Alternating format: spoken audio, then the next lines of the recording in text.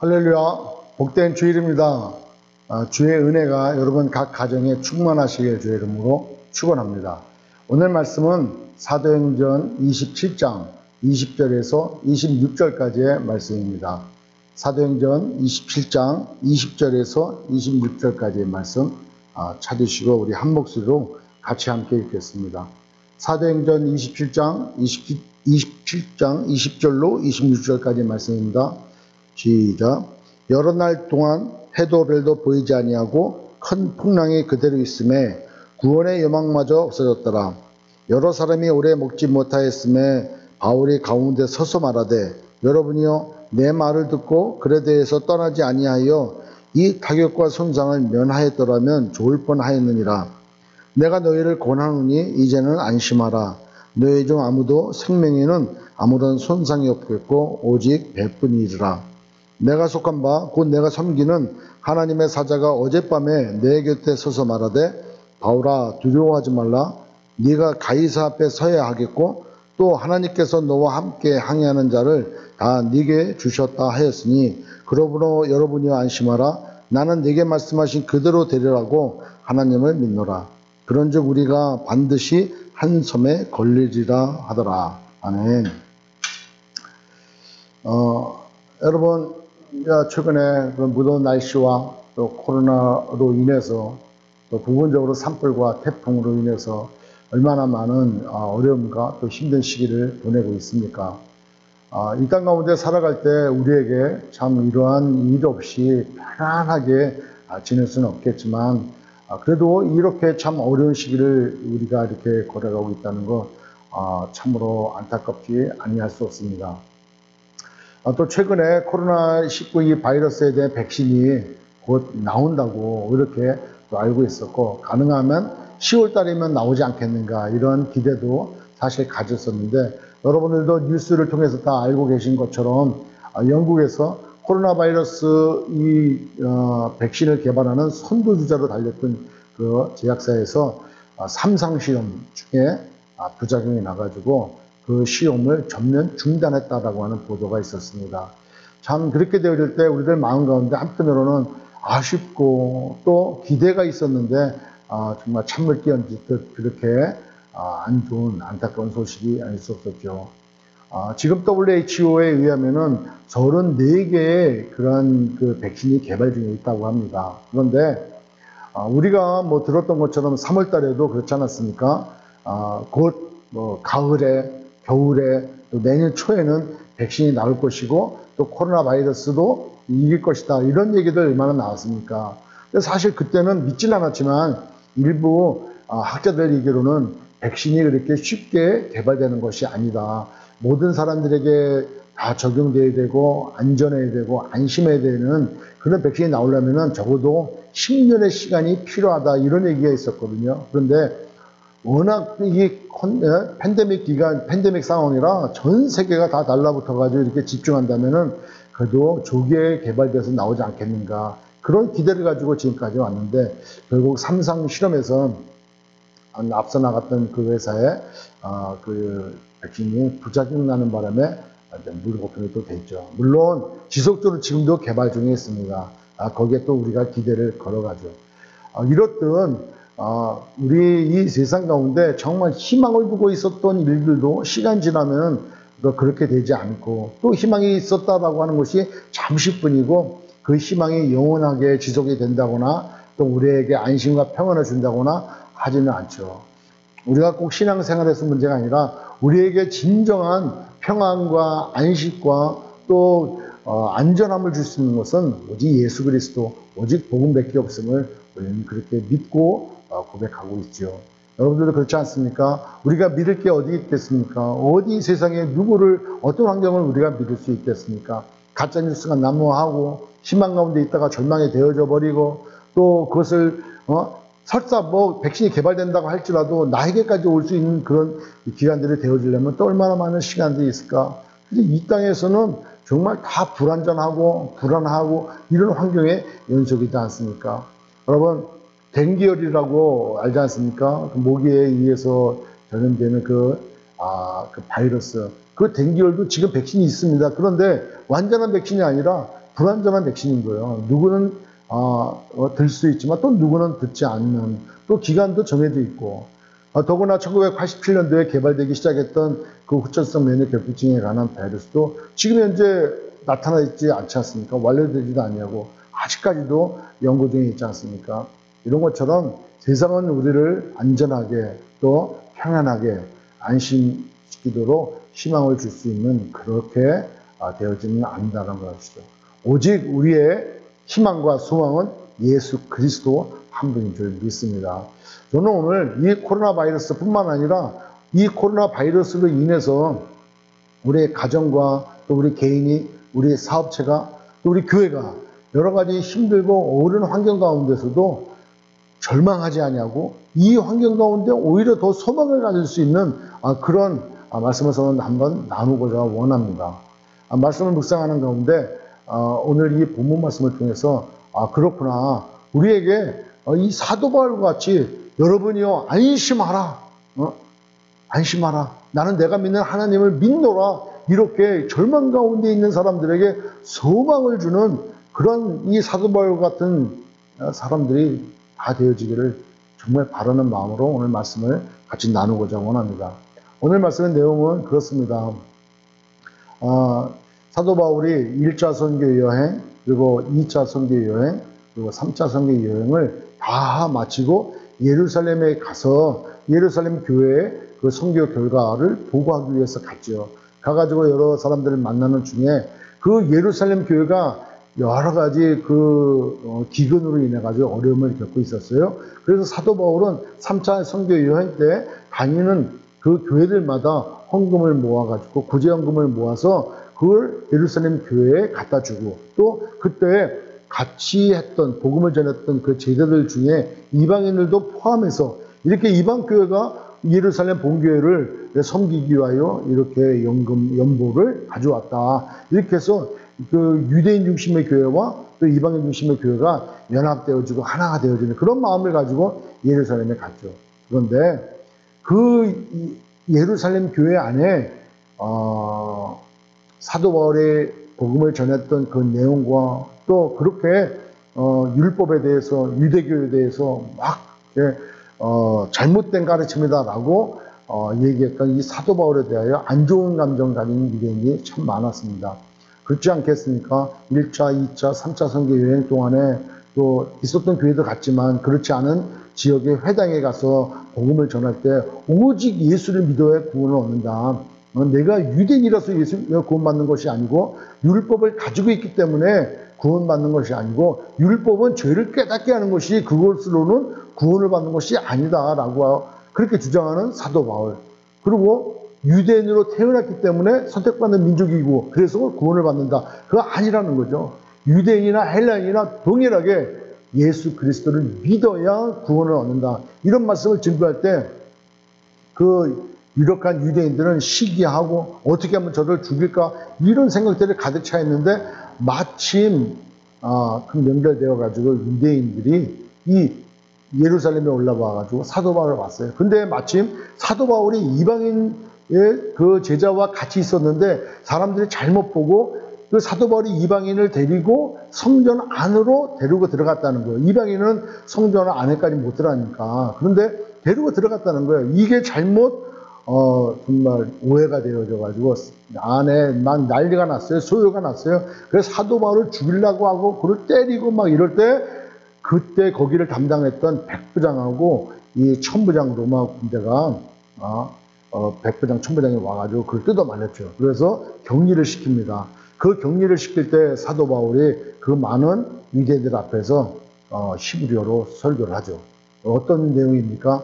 자기가 어떻게 예수를 만났고 자기가 율법으로는 어떤 사람이며 또 하나님을 만나고 난 다음에 자기 인생이 어떻게 변했는지에 대해서 쭉 설명할 때 그 얘기를 듣는 유대인들은 더 화가 나는 거예요. 그래서 막 죽이다가 막 난리가 날 때 여기는 사도 바울을 이격시키죠. 그런데 당시에 로마 그 관리라든가 또 총독들이 사도 바울의 이야기를 가만히 듣고 보니까 이거는 죽일 만한 그런 문제가 아닌 거예요.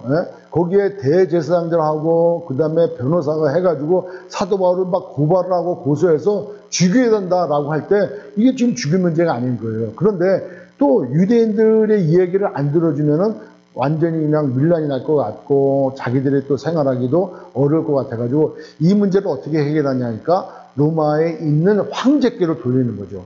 그래서 너가 황제에게 네가 항소를 하면은 너가 로마에 가서 재판을 받게 되어질 것이라고 얘기하고 있는 것이죠. 그럴 때 그 법적인 문제로 인해 가지고 이 사도 바울은 죄인의 신분으로 지금 로마를 가고 있는데 어떻게 갑니까? 육로로 가는 것이 아니라 배를 타고 지중해를 건너서 로마로 가고 있는 거죠. 두 번째로는 그 여정 가운데 그렇게 법적인 것뿐만이 아니라 어떤 문제가 있었냐면 하나님께서 사도 바울을 너가 여기에서 복음을 전했던 것처럼 또 이런 총독과 유대인들과 많은 사람들에게 복음을 전했던 것과 같이 마찬가지로 로마 황제나 그 로마 사람들에게도 너가 복음을 전해야 된다라고 그런 사명을 주시는 거예요. 여러분 사도행전 23장 11절을 우리 같이 함께 보겠습니다. 사도행전 23장 11절에 그 성전에서 막 문란이 나가지고 소요가 나가지고 백부장하고 천부장이 사도 바울을 격리시켰을 때 그 밤에 하나님께서 사도 바울에게 나타나셔서 말씀하시는 거예요. 23장 11절에 그날 밤에 주께서 바울 곁에 서서 이르시되 담대하라 네가 예루살렘에서 나의 일을 증언한 것 같이 로마에서도 증언하여야 하리라. 하나님께서 그렇게 말씀하시는 거예요. 네가 예루살렘에서 나의 일, 복음의 일, 하나님의 나라에 대해서 네가 증언한 것처럼 너가 로마에 가서도 할 것이라는 거야. 그거 너 해야 된다는 거예요. 그 일을 위해서 너가 로마로 가게 되어진다는 것이죠. 그러니까 사도 바울은 법적인 문제로 가는 것뿐만 아니라 그가 하나님께로부터 받은 사명을 가지고 지금 죄인의 신분으로 배를 타고 지금 가고 있어요. 물론 이제 이 내용을 27장 1절부터 내용을 쭉 보면은 어떻게 배를 타고 어디를 거쳐서 어떤 환경 가운데 가는지를 자세하게 나와 있는데 그 당시에 배가 항해했던 그 당시에는 가을 때쯤 된 것 같아요.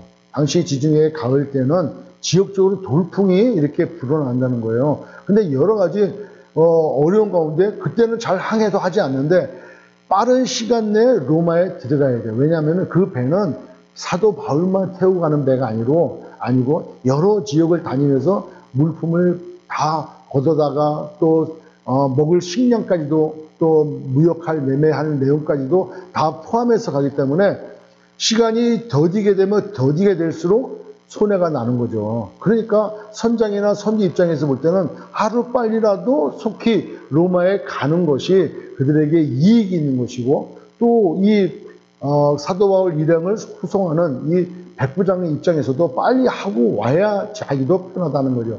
여하튼 그런 여러 가지 이유 때문에 이 배는 그 폭풍 가운데서도 운항이 되어져요.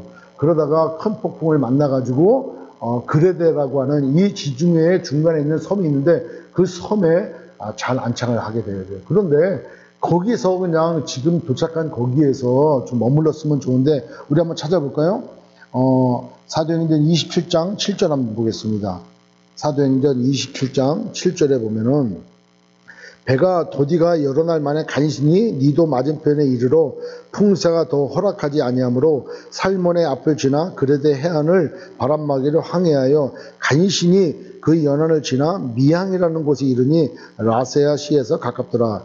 여러 날이 걸려 금식하는 절기가 걸려 이미 지났으므로 항해하기가 위태한지라 바울이 그들을 권하여 말하되 여러분이여 내가 보니 이번 항해가 하물과 배만 아니라 우리 생명에도 타격과 많은 손해를 끼치리라 하되 백부장이 선장과 선주의 말을 바울의 말보다 더 믿더라.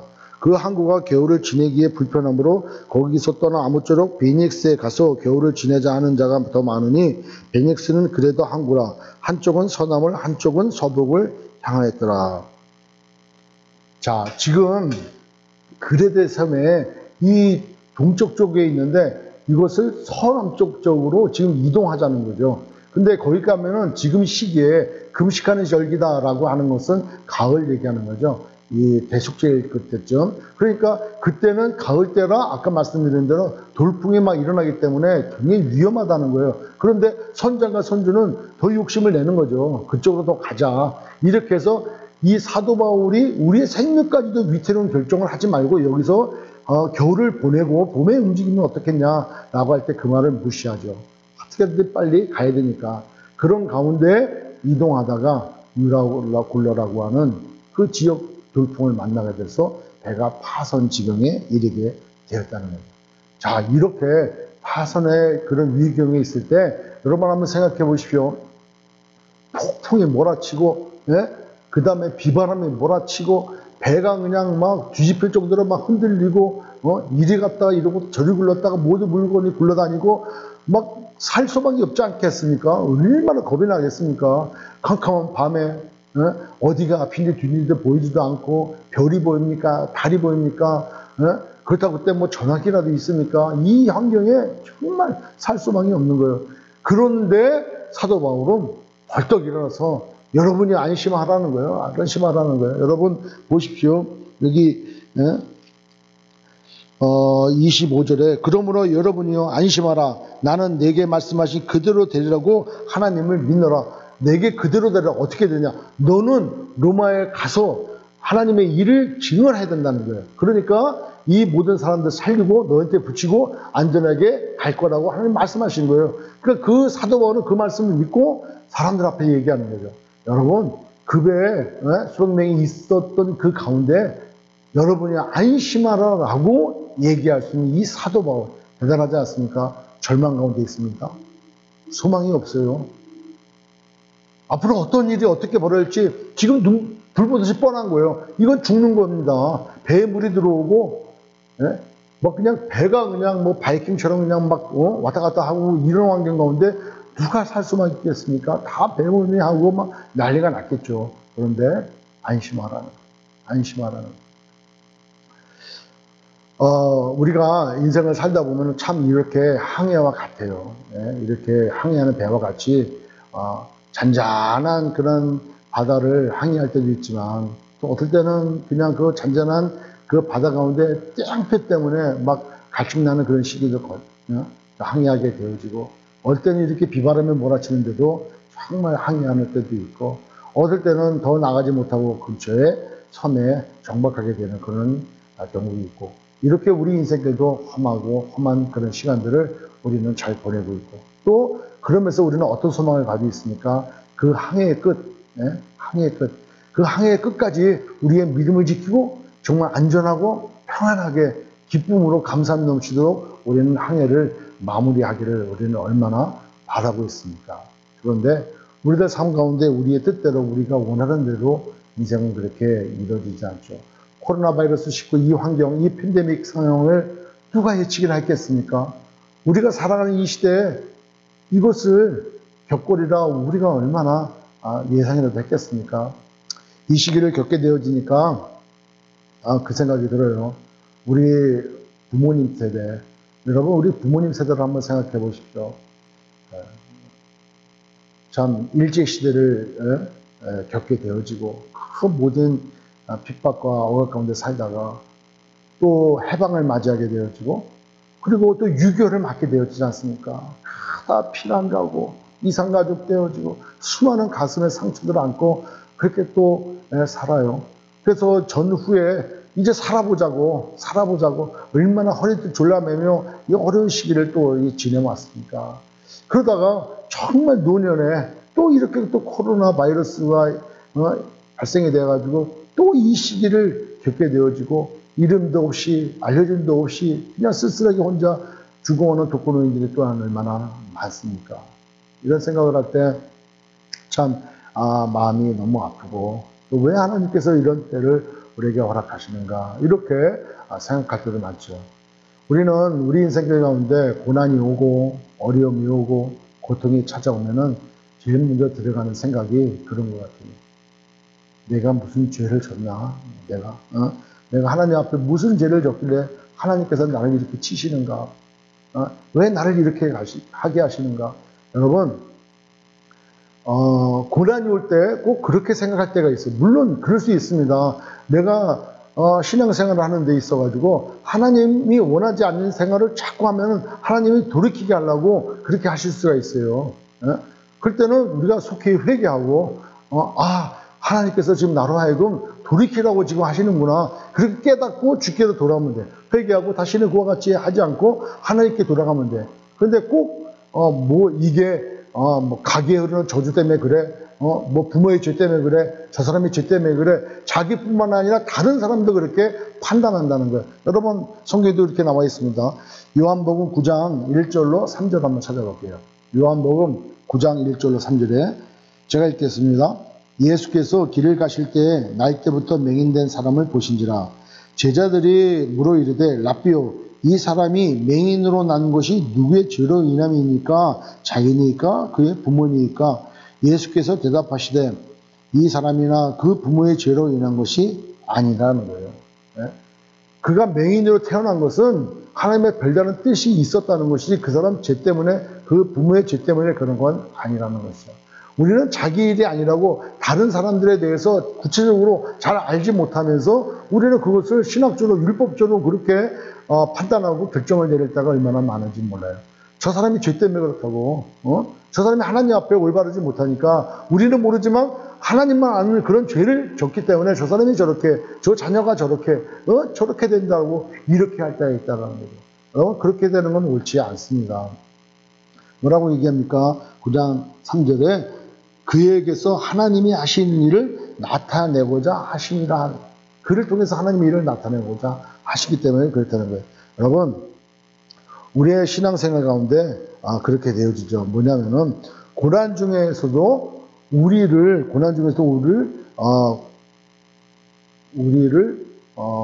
하나님만 바라보도록 하게 하기 위해서 하나님께서 우리에게 고난을 허락하신다는 거죠. 여러분, 고린도후서 1장 8절로 10절 말씀 한번 보겠습니다. 고린도후서 1장 8절로 10절 말씀에 형제들아, 우리가 아시아에서 당한 환난을 너희가 모르기를 원하지 아니하노니 힘에 겹도록 심한 고난을 당하여 살 소망까지 끊어지고 우리는 우리 자신이 사형 선고를 받은 줄 알았으니 이는 우리로 자기를 의지하지 말고 오직 죽은 자를 다시 살리시는 하나님만 의지하게 하심이라. 그가 이같이 큰 사명에서 우리를 건지셨고 또 건지실 것이며 이후에도 건지시기를 그에게 바라노라.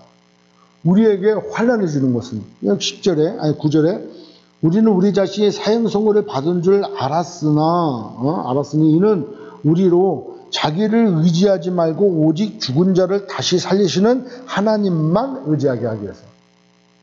우리 인생길에 어려움이 있을 수 있어요. 고난이 올 수 있습니다. 아니, 어떻게 이런 일이 나에게 올 수 있을까? 나 열심히 교회 생활하고, 나 열심히 신앙 생활하고, 열심히 말씀도 읽고, 근데 왜 내게 이런 삶이 나한테 오나? 이렇게 할 때가 있다는 거죠. 그때 하나님은 자기만 의지하지 말고 하나님만을 의지하라고 그렇게 해서 큰 사망에서 우리를 건지셨고 건지실 것이고 앞으로도 건지시기를 그에게 바란다고 사도 바울은 얘기하고 있죠. 그렇게 우리에게 찾아오는 고난은 우리의 죄 때문일 수도 있지만 그렇지 않고 하나님의 영광을 드러내기 위해서 그렇게 하실 수가 있고 또 우리가 살 소망까지 끊어지는 그런 절망 가운데 있을 때 오직 주님만 바라보라고 하나님께서 허락하실 수도 있다는 것이죠. 그래서 우리가 잘 분별하고 판단해야지 우리의 생각 가지고 모든 것들을 다 신학적으로 죄 문제로 이렇게 따져버리는 건 아니라는 거예요. 여러분, 우리를 지으신 목적이 뭡니까? 하나님의 영광 아닙니까? 여하튼 하나님께서는 우리를 통하여 하나님이 영광 받으시기를 원하시는 것이죠. 여러분, 어떤 것들로 하나님 앞에 영광을 돌리기를 원하십니까? 하나님이 기뻐하시는 일, 하나님의 원하시는 일을 통해서 또 하나님께서 나에게 맡겨주신 그 일들을 정말 아낌없이 충성함으로 하나님 앞에 영광 돌리는 것. 그것이 우리가 해야 될 일 아니겠습니까? 또 우리에게 이런 고통과 어려움이 오는 경우가 있는데, 그거는 바로 뭐냐면은, 이 세상의 주관자가 누굽니까? 이 세상에, 공중권세 잡은 악한 영들 아닙니까? 즉, 사단과 마귀의 그러한 악한 영향권에 아직 여기 땅에 있기 때문에 그것들로 인한 이 불신자들의 잘못된, 타락된, 하나님과 등지게 되는 그런 가치관들로 인해서 그들의 영향 때문에 우리에게 심한 고통과 고난을 받을 수가 있다는 것이죠. 우리의 뜻과는 상관없이 믿지 않는 위정자, 또 그 사람들의 그 잘못된 타락된 가치관들에 의해서 우리가 고난을 받을 수 있고 고통 가운데 살아갈 수 있다는 것이죠. 자, 이렇게 우리에게 어려움이 오고 코로나 바이러스뿐만 아니라 그 코로나 바이러스 때문에 잘 되는 분들도 있지만 그 외에 너무나 힘들고 어려운 시기를 가는 분들이 있어요. 뭐 이루 말았습니다. 어린아이로부터 나이 드신 분들까지 또 어떤 직장에 어떤 가정에 어떤 뭐 일들을 통해서든 어려움을 겪고 있는 경우가 있어요. 코로나 바이러스로 인해 가지고 교회가 또 타격이 있는 것은 또 얼마나 큽니까? 여하튼 우리가 생각하지 못하는 모든 것들로 인해서 어려움을 겪고 있어야죠. 그 환난과 고통 가운데 분연하게 여러분 안심하십시오. 나는 내가 믿는 하나님을 믿습니다. 안심하십시오. 여러분 그렇게 그 절망 가운데 고통 가운데 있는 그 환경 가운데 소망을 주는 또 소망을 갖게 되어주는 그런 사도 바울과 같이 해야 되려면 그럼 어떻게 해야 되느냐라는 것이죠. 여러분 한번 보십시오.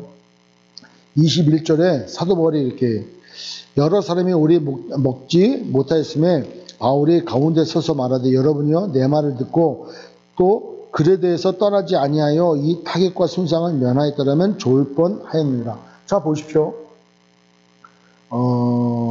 사도 바울이 그럼에도 불구하고 이 고통에 지금 온 거는 아까 말씀드린 악한 것들에 의해서 사단과 마귀의 그 영향권에서 불신자들의 그런 타락되고 잘못된 그런 가치관과 판단 때문에 우리에게 이와 같은 어려움이 왔다는데 만약에 하나님께서는 우리로 정말 평강을 주기를 원하시고 우리에게 기쁨을 주기를 원하시고 우리에게 이 땅 가운데 정말 누리며 사는 것을 하나님은 원하신다는 거죠. 그런데 그런 환경 가운데 지금 방금 읽었던 본문에 보면은 사도 바울이 뭐라 그랬습니까? 지금 이 시기는 움직이는 것이 좋지 않다. 그렇기 때문에 여기서 겨울을 나고 그리고 봄에 이동하자라고 얘기했지 않습니까? 사도 바울도 나름대로 그 지역에 대해 잘 알고 있는 거예요. 그리고 거기서 또 선교도 많이 다녔고 그 얼마나 또 얘기도 많이 들었으면 알고 있었겠습니까? 그런데 그 선장과 선조와 백부장은 이익과 자기의 판단과 자기의 생각들을 오히려 더 생각을 하니까 잘못된 것 때문에 의해서 이렇게 어려움을 겪게 되지 않습니까? 하나님께서 바울과 배에 있던 사람들을 어려움에 몰아가기 위해서 일부러 그렇게 하셨습니까? 아니죠. 하나님께서 우리에게 주시고자 원하시는 것은 평안이라고 그랬습니다. 하나님께서 이 땅에 우리에게 주시는 고난과 고통과 어려움이 아니라니까요. 근데 이 악한 것들의 잘못된 영향 때문에 잘못된 판단 때문에 이와 같은 일들이 생기는 거죠. 그 환경 가운데 사도 바울의 분연이 일어나서 내가 너희를 권하노니 이제는 안심하라. 너희 중 아무도 생명에는 아무런 손상이 없겠고 오직 100분이라. 내가 속한 바 곧 내가 섬기는 하나님의 사자가 어젯밤에 내 곁에 서서 말하되 바울아 두려워하지 말라. 네가 가이사 앞에 서야 하겠고 또 하나님께서 너와 함께 항해하는 자를 다 내게 주셨다 하였으니 그러므로 여러분이여 안심하라. 나는 내게 말씀하신 그대로 되리라고 하나님을 믿노라.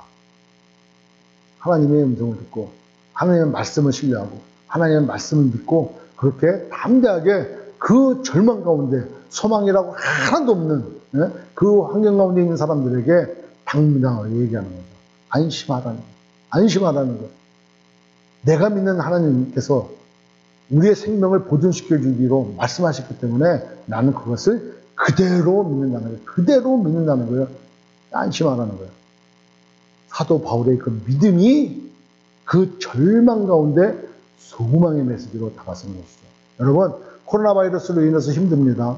여러분 가정에서 직장에서 사업체에서 교회에서 이 환경 가운데 고통당할 수 있습니다. 어려울 수 있어요. 또 절망이 없는 그런 환경에 계신 분들도 있을 수 있습니다. 여러분 놓치지 마십시오. 우리를 부르신 이가 하나님이십니다. 하나님이십니다. 그 하나님을 믿고 신뢰하는 것에 흔들리지 말아야 된다는 거죠. 저는 이 말씀을 묵상하면서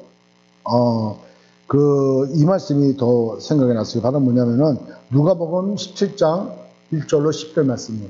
누가복음 17장 1절의 말씀이 바로 뭐냐면 15장, 16장, 17장이 그 15장에 집 나간 둘째 아들 이야기. 그러다가 다시 돌아오지 않았으니까 회개하고 그 근데 그때 누가 그 시기 질투하고 그냥 막 불평불만합니까? 큰형, 첫째 아들. 첫째 아들은 둘째 아들이 못마땅한 거예요. 아이, 저렇게, 지 분기 다 가지고 나가서 허랑망탕에서 써놓고, 지금에 와가지고 다시 돌아와? 이게 못마땅한 거예요. 그런데 아버지는 어떻습니까? 먼 때 나가서 그가 올 때까지 기다리지 않습니까? 그리고 다시 회복시켜주는 거예요. 그게 아버지의 마음인 거예요. 그리고 16장에 가서는 거지 나사로와 부자 얘기 나오지 않습니까? 믿지 아니하고 하나님이 주신 그 불을 가지고 그 마음대로 썼다가 결국에는 그가 가는 곳이 지옥 아닙니까? 이 얘기 후에 누가복음 17장에 가면은 뭐라고 했냐면 사람이 실족해 하지 않을 수 없지만은 실족해 하게 하는 자는 화를 당할 거라는 거예요. 그 화가 어떤 화냐면은 연자 맷돌을 목에 메고 바닷물에 빠지는 것이 오히려 날 정도로 오히려 차라리 그게 낫다는 거예요. 그보다 더 어마무시한 화. 어떤 화입니까? 부자가 어디가 있습니까? 지옥가 있지 않습니까? 그 불지옥. 그래서 도저히 절대로 돌아올 수 없는 그 환경. 결국에 끝이 그거라고 하지 않습니까? 따라서 형제가 7번이라도 와서 회개하고 그러면은, 회개하고 잘못했다 그러면은 그것을 믿고 받아들이라는 거예요. 7번이 아니라 70번씩 7번이라도. 그러니까 용서를 구하고 찾아오면은 용서해 주라는 거예요. 회개하고 돌아오면 용서해 주라는 거예요. 그러고 나서 뭐라고 그래요? 제자들이 주님 우리에게 믿음을 더해 달라는 거예요. 우리에게 이해력을 주십시오. 사랑의 마음을 더 주십시오. 이렇게 얘기하지 아니하고 믿음을 더해 달라는 거예요. 이게 생각이 드는 거예요. 왜 거기 믿음을 더해 달라고 할까? 왜 믿음을 더해 달라고 할까? 그들이 정말 회개하고 왔다고 하는 건 믿지 못할 수도 있죠. 둘째 아들이 돌아왔어요. 누가 시기하고 누가 정말 용서지 못하고 있는 마음이 누군데 형 아닙니까? 형이 용서가 안 되는 거예요. 근데 그걸 용서하라는 거예요. 그가 나가서 70번씩 7번이라도 그와 같은 일을 하고 돌아와도 믿고 용서하라는 거예요. 그가 회개한 것을 믿고 용서하라는 거예요. 근데 그걸 어떻게 믿습니까? 제가 거짓말하는 거 뻔한 것 같은데 믿으라는 거예요. 그래서 믿음을 더해달라고. 그러니까 주님이 뭐라고 말씀하십니까? 그 믿음에 대해서 너가 겨자씨만한 믿음이 있다면은 이 뽕나무 보고 들려서 바닷물에 가서 심겨라 이렇게 얘기하면 뽕나무가 그렇게 한다는 거예요. 얼마나 믿음이요? 겨자씨만한 믿음. 그러니까 우리에게 믿음을 더해달라고. 믿음이 있는데 믿음을 더 크게 달라고 이렇게 제자들이 요구하는데 너희들이 만약에 겨자씨만한 믿음이 있다면은 뽕나무가 그렇게 한다는 거예요.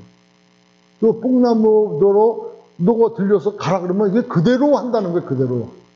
믿음은 그대로 되는 거예요. 믿음은 의심이 없는 거예요. 믿음은 생각이 없는 거예요. 믿음은 더하는 양으로 되는 것이 아니고 겨자씨만한 그 작은 씨앗 안에 생명이 있지 않습니까? 생명. 그래서 그 생명이 있는 살아있는 믿음이 있다면 그대로 된다는 거예요. 그래서 그 다음에 나오는 이 비유가 무엇입니까? 족이라고 얘기하는 건 노예입니다. 노예. 이건 자기의 모든 그 이권이 아무것도 없어. 내게 아니야. 주인에 다 속한 거야. 그러니까 무익한 거예요. 아무 저거도 없는 거예요. 그러니까 밖에 나가서 뭐 이 일을 하라면 그 일을 하고 저 일을 하면 저 일을 하고 뭐 반일을 하다가 갑자기 뭐 산에 가서 나무를 패오라 하면 그 일을 해야 되는 거예요. 그게 종인 거예요. 노예인 거예요.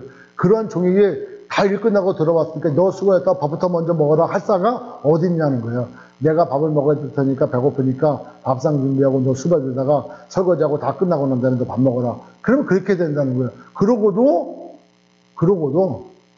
어떤 대가를 주거나 칭찬하거나 하는 것이나 무익한 정입니다. 마땅히 제가 해야 될 것을 했습니다. 이게 종의 위치라는 거예요. 여러분 우리가 주의 종들입니다. 네? 우리가 다 하나님의 종들인 거예요. 하나님께서 이 땅에 우리를 놓고 우리를 통하여 주의 복음을 증거하고 많은 영혼들 구원하여 하나님께 인도하라고 하나님께서 우리를 부르신 거예요. 그러니까 우리가 믿음을 더해달라는 것이 아니라 겨자씨만한 그런 생명력 있는 믿음이 있다면 그대로 하라는 거예요. 여러분 절명 가운데 있는 이 사도 바울 하나님께서 그렇게 말씀하신 것을 그런 100% 믿는 거예요. 그리고 겨자씨만한 그 믿음이지만 생명력 있는 믿음인 거예요. 확실한 거예요. 그래서 당당하게 하나님께서 나한테 가이사에게 가서 하나님의 일을 전해야 된다라고 하기 때문에 나는 반드시 로마로 가게 돼 있다. 내가 살기 위해서 너희들 생명까지도 다 내게 붙이셨다. 그러니 나는 나한테 그렇게 말씀하신 하나님을 믿는다. 따라서 안심하라는 거예요. 폭풍이 잠잠해졌습니까? 아닌 거예요. 네? 여러분, 우리가 그런 사람들입니다. 이 코로나 바이러스, 또 여러분 가정에 문제가 있거나 신앙생활에 어려움이 있거나 또 어떤 일들로 인해서 비즈니스의 고통과 고난 가운데 있습니까? 절망하지 마십시오. 여러분 그 가운데 포기하지 마십시오. 우리가 그 가운데서도 소망을 가지고 살아갈 수 있는 것은 하나님께서 우리를 부르셨고 하나님의 자녀고 하나님께서 우리를 끝까지 건져주신 것이라고 하는 믿음 때문에 우리는 신앙생활을 하지 않습니까? 그 믿음만 있으면 그 믿음이 우리의 소망이 되어지고 우리를 이끌어 가신다는 거죠. 여러분 태풍 칠 때 배들이 항해하는 배가 없습니다. 다 항구에 불러들여요. 항구에 불러들이면 그 배는 어떻게 합니까? 이 배가 이렇게 움직이지 않으려면은 닷을 내려야 되는 거예요. 네? 닷이 올려져 있으면 배는 그 물살에 휩쓸려 가게 되어 있어요. 다시 내려줘야 되는 거예요. 다시 내려져서 땅에 딱 견고하게 다시 닿으면은 배는 흘러가지 않아요. 그냥 있습니다. 우리의 믿음이 예수 그리스도 안에 복음으로 딱 굳건히 되어 있으면 어떤 환경 가운데 온다 할지라도 우리에게 정말 시련과 고통이 없을 수는 없죠. 그런 가운데서 소망을 가지고 살아갈 수 있는 유일한 것은 우리 믿음의 닷을 예수 그리스도께 복음으로 잘 내릴 때 우리는 승리할 수 있고 살 수 있다는 것이죠. 죽을 수 없습니다. 사명을 감당하기 전에는 사도 바울은 죽을 수가 없는 거예요. 우리가 사명을 감당하고 우리를 가정으로 부르시고 교회로 부르시고 이 땅 가운데 우리를 부르신 하나님께서 우리 각자에게 주신 사명을 우리가 완수하기 전까지는 우리를 부르시지 않는 거예요. 그 사명을 감당하고 하나님 앞에 영광 돌리고 쓰임 받으시는 또 이 어려운 가운데 소망 가운데 승리하시는 저와 여러분 되시기를 주의 이름으로 축원합니다. 기도하겠습니다. 전능하신 하나님 은혜를 감사합니다. 절망 가운데 우리가 소망을 가질 수 있는 것은 오직 예수 그리스도 오직 복음임을 다시 한번 깨닫고 우리 각자 한 사람 한 사람이 또 우리 교회가 하나님께로부터 받은 사명이 무엇인지 깨닫고 그 사명을 감당하여 이 어려운 시기에도 소망 가운데 승리해 나가는 우리 모두가 되어줄 수 있도록 은혜를 베풀어 주시옵소서. 예수님의 이름으로 기도드립니다. 아멘.